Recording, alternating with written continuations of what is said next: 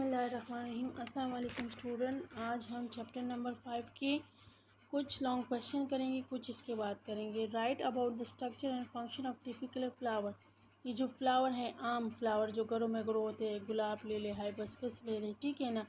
तो उसका कह रहे हैं कि स्ट्रक्चर बता दे, उसका फंक्शन बताइए कि क्या काम है, उसमें कितने पार्ट्स हैं, ठीक है। तो आंसर में है कि there are 4 parts of a typical flower. Flower के 4 पार्ट्स है, sepals, petals, stamen and carpel. अब हम स्टेप बाय स्टेप करेंगे कि इनमें हर एक पार्ट का क्या काम है, ठीक है, क्या क्या करें। फर्स्ट वन जो आपने हेडिंग देना है सेपल्स, तो सेपल क्या काम कर रहा है। The first part of the flower present outside. जो फर्स्ट पार्ट है फ्लावर का मौजूद है कली, ठीक है ना, तो उसको कहते हैं sepals. They are usually green in colour. ये अमूमन किस कलर में होते हैं, सब्ज़ रंग का, ग्रीन कलर का। अब इसका काम क्या है। They protect the flower when it is in bird form. ये फूल की हिफाजत करते हैं जब वो बहुत नरम कच्ची कली होती है। पेटल्स क्या है, it is the second part of the flower. Second part of the flower है present after the sepal. Sepal जैसे ही खुल जाते हैं और रंगीन पत्ते नज़र आने शुरू हो जाती हैं और खुशबूदार। They are brightly coloured and scented. इसके जो पेटल्स, तमाम पेटल नहीं लेकिन बहुत ज़्यादा फ्लावर के पेटल्स जो है वो रंगीन भी होते हैं, खुशबूदार भी होते हैं, ठीक है। इसका नेक्स्ट जो है, इसका फंक्शन क्या है। They produce sugar nectary to attract the insect and birds for pollination. इसकी जो खुशबू अच्छी सी है, ठीक है, और इसमें मौजूद जो नेक्टर, शुगरी नेक्टर, जो मीठा जूस है, शुगर नेक्टर, मीठा जो जूस इसके अंदर मौजूद है, ये अपने तरफ बर्ड्स और इंसेक्ट्स को अट्रैक्ट कर लेते, तो वो आके इससे जूस भी पी लेते और साथ में अपने साथ पोलन ग्रेन भी नहीं की जाते। तो इसी तरह वो ट्रांसफ़र कर दिया जाता है स्टिग्मा पे, तो उस फ्लावर की पोलिनेशन स्टार्ट हो जाती है। थर्ड वन पार्ट इसका है स्टेमन। It is the third part of the flower. It is the male reproductive organ. Third part है और मेल रिप्रोडक्टिव ऑर्गन है। इसका फंक्शन क्या है। Each स्टेमन consist of filament and anther. इसके 2 पार्ट है, ठीक है। ऊपर मोटा हिस्सा हमारे पास है एंथर और नीचे उसकी डंडी है, ठीक है। Anther is the swollen part which contain male sex cell called pollen grain. Anther जो है मोटा सा स्वेलन फूला हुआ पार्ट है जिस पे मेल सेक्स मौजूद है, उसका नाम क्या है, pollen grain. Carpel, it is the 4th part of the flower. Flower का जो चौथा हिस्सा है that is carpel. It is a female reproductive organ. ये फीमेल रिप्रोडक्टिव ऑर्गन है।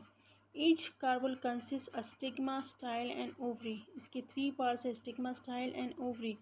Ovary contain tiny female cells called ovules. Ovary जो है उसमें मौजूद है फीमेल सेल्स और फीमेल सेल का नाम क्या है, ओव्यूल्स, ठीक है। अब नेक्स्ट क्वेश्चन हमारे पास है कि डिफाइन द फॉलोइंग टर्म्स। ये जो हमने पढ़ा है उसे फॉलोइंग टर्म्स निकाले हैं। Germination, cotyledon, embryo, plumule, radicle and dormancy, कि ये क्या चीज़ें हैं, इनकी डिफिनेशन क्या है। फर्स्ट वन जो है germination, the development of seed into a new plant including all its step of growth is said to be germinate. Germination क्या है, डेवलपमेंट किस चीज़ की, सीड की, किसमें, न्यू प्लांट। डेवलपमेंट है सीड की न्यू प्लांट में, इसको कहते हैं जर्मिनेशन। और इस जर्मिनेशन में तमाम के तमाम स्टेप जो है, जैसे शूट का निकलना, रूट का निकलना, फिर जाके कंप्लीट प्लांट बन जाना, तो ये सारे स्टेप जो है that is called germinate. Cotyledon क्या है, 1 and 2 seed leaf which are stored the food for new plant for its development are called cotyledon. cotyledon 2 या 1, जैसे चावल का एक ही दाना और लूबिया का कवर हटा तो बनाने, तो 1 कोटिलेडन और 2, ठीक है, 1 या 2 सीड लीव्स होते हैं जो खुराक स्टोर करता है न्यू प्लांट के लिए। जैसे हम सीड को ग्रो करते हैं उससे न्यू प्लांट निकलते, तो प्लांट पहले डेवलपमेंट के लिए खुराक कहाँ से लेते हैं, कोटिलेडन से। Embryo, embryo is a part of seed inside, it is a part of fertilised ovule which will change to for production of new plant. Embryo जो है वो कच्चा सा, आपको मैंने लेक्चर्स में इसकी पिक्चर भी दिखाई थी, ठीक है ना।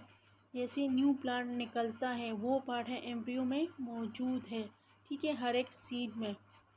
Plumule is a young shoot, जो नया शूट निकलता है सीड ग्रो करने बाद जो प्लेम्यूल निकलते हैं जो ज़मीन के ऊपर आता है, तो दैट इज़ कॉल्ड प्लेम्यूल। के plumule is a young shoot which arise from the embryo, जो एम्ब्रियो से निकलता है प्रोसीड टूवर्ड द सनलाइट, ठीक है ना, ऊपर आ जाता है आसमान की तरफ, तो सनलाइट की रोशनी उस पर पड़ती है and develop into a new stem of a plant, और स्टेम का न्यू प्लांट बन जाता है। नेक्स्ट वन जो है radicle, the root which emerge from a seed, root से जो जड़ निकलते हैं सीड से, ठीक है ना, जो जड़ निकलते हैं एम्ब्रियो से, वो क्या है रेडिकल, जो ज़मीन की तरफ जाते हैं। Root emerge from a seed at the beginning of germination, जैसे ग्रो कर दो और सी रूट निकालना स्टार्ट कर लेते हैं, इसका रेडिकल। नेक्स्ट वन जो है dormancy, dormancy is a resting period, वो आरामदेह पीरियड, जैसे हमने कहा था कि आर्कियोलॉजी ने 3000 साल पुराना सीड दरियाफ्त कर लिया तो उसको ग्रो कर दिया, वो ग्रो हो गए, ठीक है ना। वो 3000 साल ज़मीन में पड़ा रहे, क्यों, उसमें उसको वो कंडीशन ही नहीं मिली जो हवा चाहिए, जो पानी चाहिए, जो गर्मी चाहिए, जो और उसके लिए मिनरल्स वगैरह रिक्वायर्ड है, वो उसको नहीं मिले, इसलिए वो उधर ही आराम से पड़ा रहा। तो रेस्टिंग जो है डोरमेंसी इज़ रेस्टिंग पीरियड, आराम वाला पीरियड, जब तक हवा नहीं मिलती, पानी नहीं मिलती, गर्मी नहीं मिलती, सीड रहता है, ग्रो नहीं होता, सॉइल में पड़ा रहता है।